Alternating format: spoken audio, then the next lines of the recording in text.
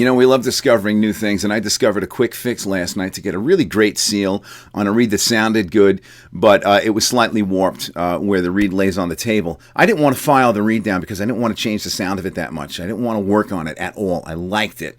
I found a box of reeds. It had to be from, oh God, years and years ago.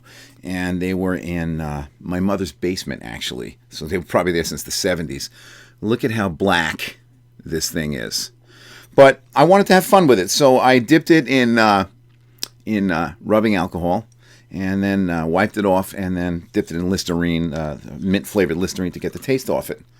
And I started there, and it had a really interesting sound. It had a great sound. I'm not trying to tell you to use moldy reeds. I'm trying to tell you how to deal with a warped reed.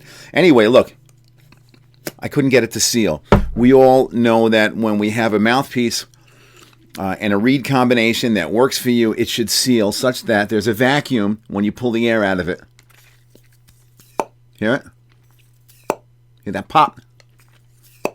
And us intermediate and advanced players know that. Some of the beginners may or may not know that, but now you do. You want to get that vacuum to take place so that you know the reed is sealing well. That's not the case with this reed.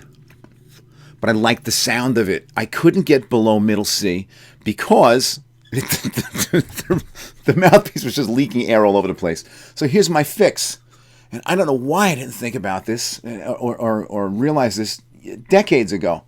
I took another reed. It's a newer reed. It doesn't matter. It's just a reed I didn't like and I really didn't feel like messing with. I used it as a shim, and I stuck it just underneath the heel of the reed. Just under the heel, clamped it down. So now we've created it such a position such that the reed's going to lean a little more forward, and the seal will begin right at the ligature plate. It will definitely create a better seal. Now watch this.